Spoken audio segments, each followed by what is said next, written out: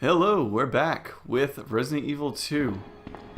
I'm Dave Winchester with Lost Save Gaming, and I'm going to try to keep these videos about 20 to 30 minutes long, so that way, you know, if you want to see a specific part of the game, you can easily hop to that video and watch it.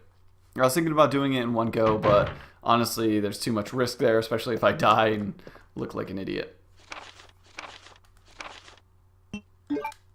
I'm going to skip all these files and folders and stuff like that. Most of them are pretty cool because they have little tidbits of information about what happened to the police station and things like that when, like what happened before you arrived there. But honestly, most people are just not going to read it anyways, so I'm just going to skip through. I may refer back to them later on. Oh, Claire luckily has this nice lockpick. So she can actually get into all the locked drawers and stuff like that fairly easily, but the doors she can't get into. So all the doors are still going to require very specific keys, but everything else she can pretty much pick with her lockpick.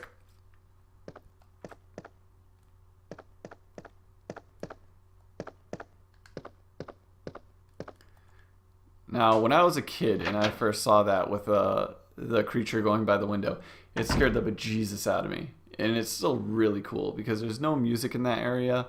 It just kind of happens. Very, very cool little effect that they had there. I know what's coming up, so I'm just going to prep.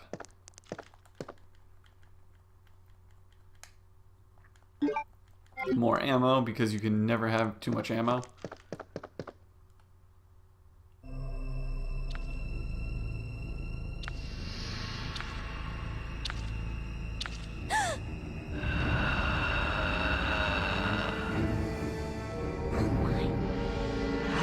Now this is tricky with Claire, because honestly, she has a crossbow. It's not as strong as a shotgun, so you gotta just get in there and just like plug away. Luckily, I had quite a bit of ammo for it because I hadn't used the crossbow yet, and I could just run right up to him and shoot him in the face. I also didn't take any damage, which is really crazy. Got another plant. Now I'm going to try to collect everything in like the first go through here. I pretty much know where all the items are. I've played this game quite a few times, but it's been probably 2 or 3 years since I played it last. I love the music in this hallway. The music is linked to like certain areas of the police station, so you'll just entering a certain area, just hearing the music, you'll know exactly where you are. It's very distinctive.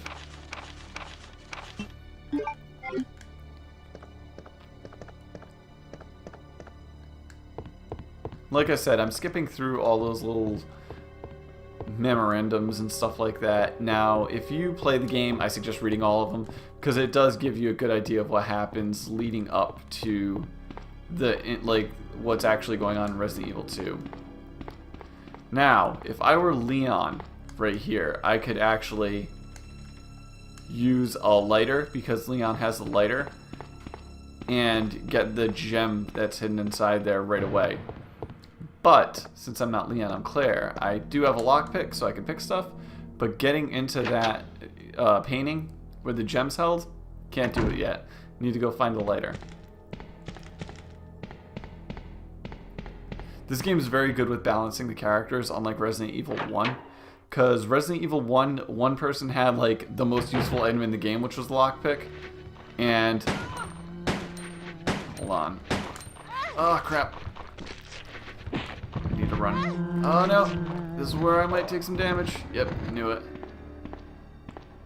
So, Resident Evil 1, you had Chris, who had a severely limited inventory. Crap, I can't see which way I'm facing. There we go.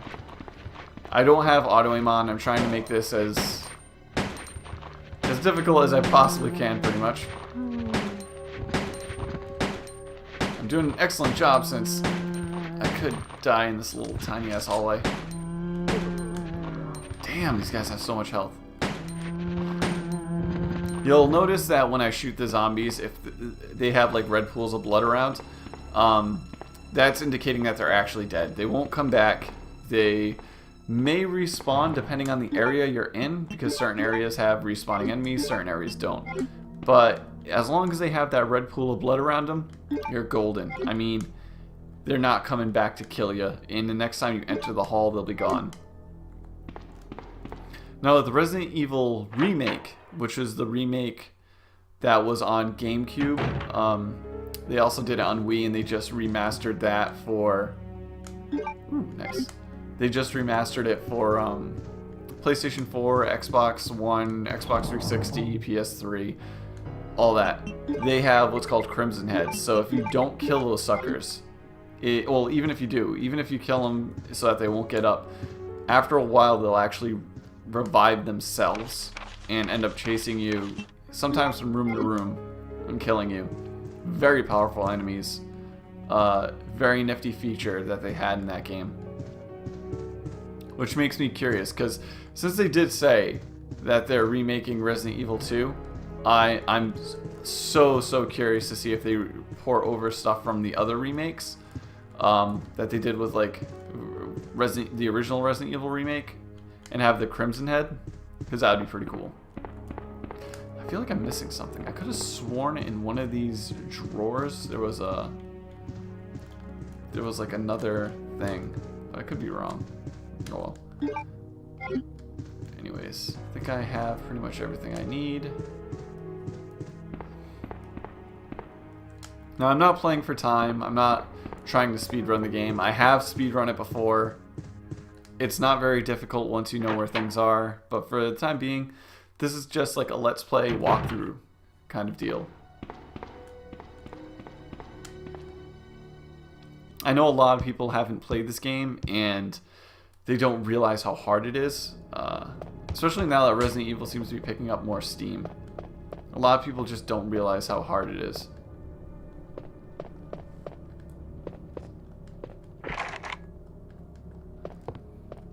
This is one of the easier puzzles. Also, check behind the statue, man.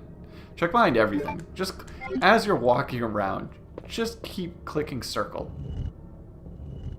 Not circle, X. My bad. Circle will just open up your menu.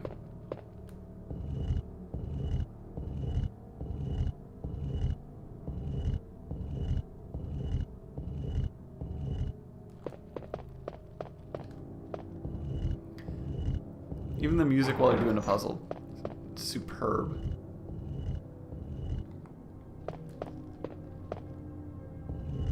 I may trigger this puzzle, then end up coming back, just in case I don't have enough inventory, because I have to go to another room first, another 2 rooms, I believe. And you don't need these gems right away. I just like collecting them as I go, so that way I don't have to come back. That was an easy puzzle. They get more difficult, somewhat.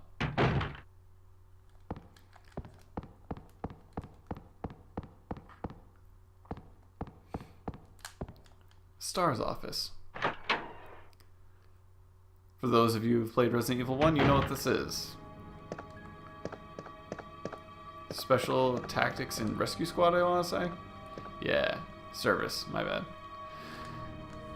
Now, yeah, this is where it gets boring. So I'm going to keep clicking on this sucker, because you end up getting a special item. I think you have to click on it something like 30 times, or something ridiculous like that. But if you saw the last save room I was in, it actually had a dark room to develop film. So if you keep searching this desk over and over again, and it's trashed, she says it a lot, you end up finding a hidden piece of film. I don't know how many times you have to click on it. I just know you got to click on it a lot. See? And here it is. Yep, we'll take the film. Also check out this picture, because you actually get to see all the STARS team members, which is pretty damn cool. Including Jill Valentine. Alright.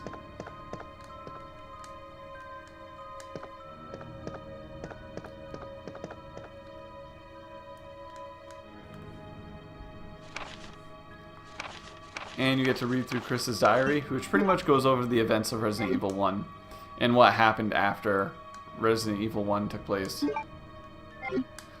Unicorn medal, which will get me a key.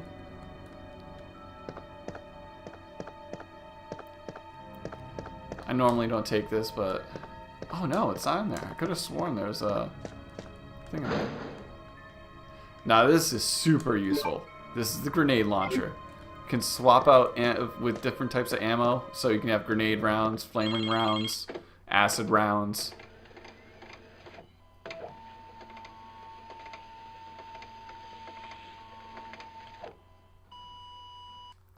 A lot of the game's story is told through these memos and stuff like that. It's a lot of reading, but it does give you background into what's happening in the city.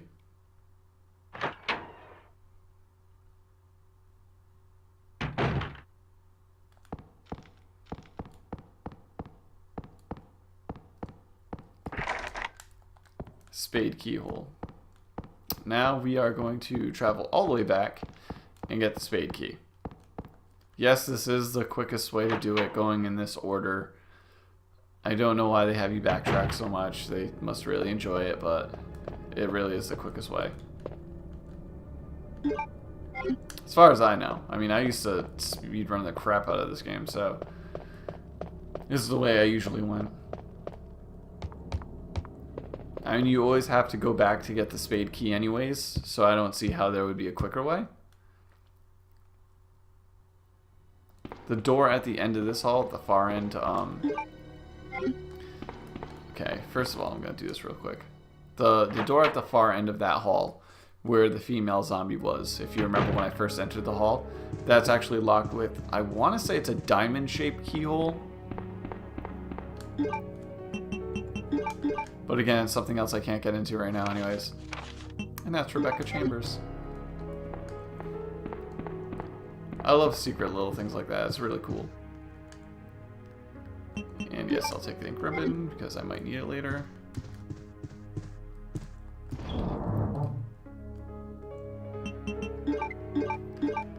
I usually just deposit most of this stuff because I'm not going to use it right now anyways.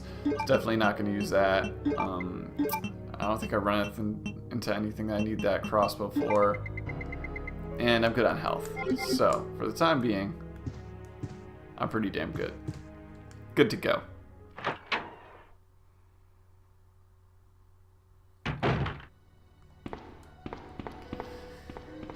Alright, let's see what kind of key I need for this one. Diamond. Alright. So we head back. Oh, shoot. Did I remember to bring the thing? Not that matters. Yeah, okay. So you want to bring that unicorny little thing. Oh yeah, watch out for those things too. You're going to want to avoid those 2x4s on the window. They will grab you. They do damage.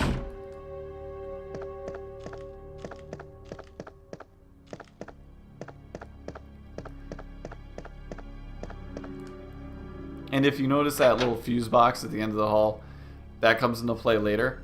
There's a lot of things in this game where if you do something with one character, because you play through the game twice, you play through it as each character. Things you do with the first character affect things that happen with the second character when you play as them. Everything has consequences, you know?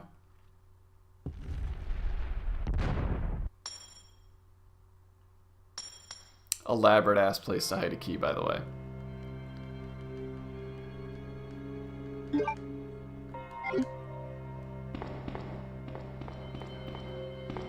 Going back. Now we're gonna head back to the room next to the liquor. I can open the door with this key now.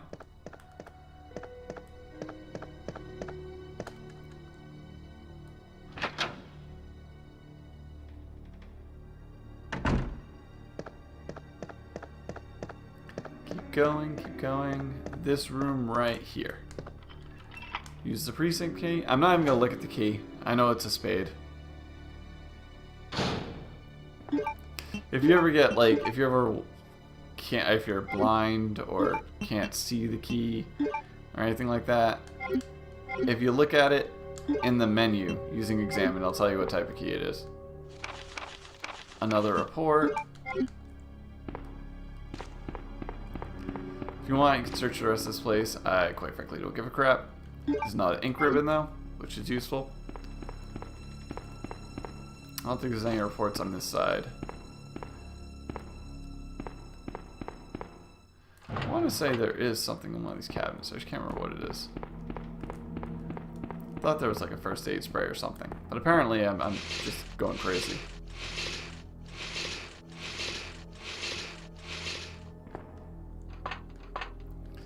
Grab this, because you will need it later.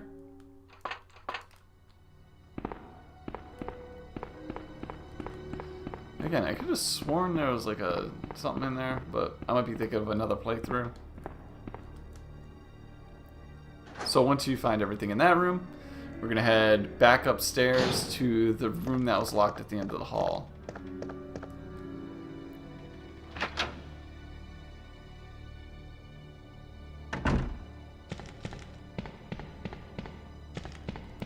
If you run back through, you'll notice that the arms don't come through the boards anymore. It's pretty much a one-off scare. I feel like Capcom knew that, hey, if somebody is running by these boards again, they're going to be prepared and try to avoid it, so they just omitted it entirely.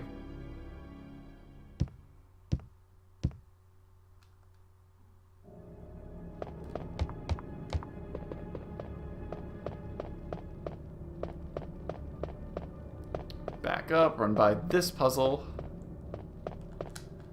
into this door.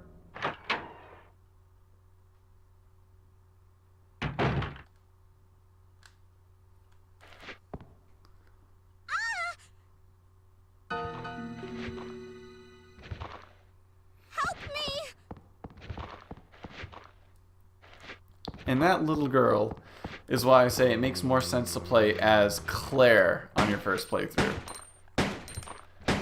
And you'll see why. Stay down. Pretty sure that guy's dead. Get to use the other key for the other door, and that lets you discard it. And then you meet up with Leon.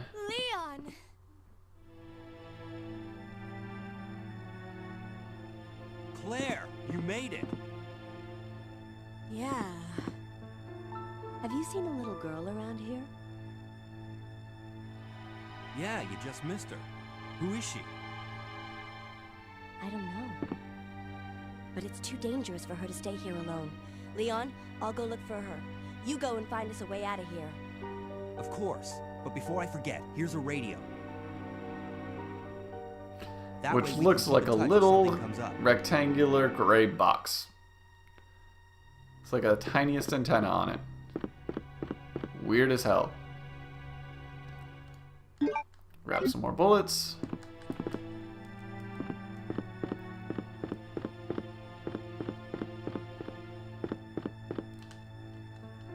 Go use the lockpick. Get some flame rounds.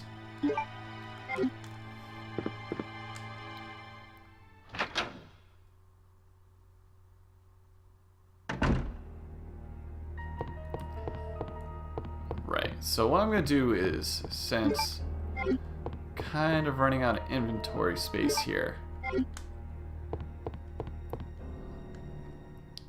going to show you a nice little trick.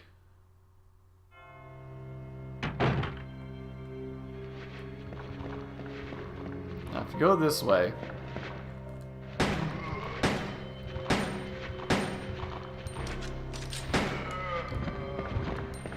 is he dead? He's dead.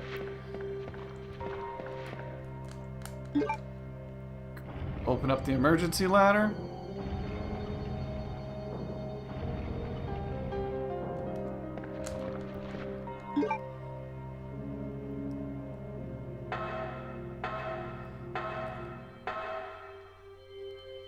And now you're back in the main room. And this is where I'm going to end this video. So I hope you join me for the next one, part 3 of Resident Evil 2. And I'll see you then. Thanks for watching.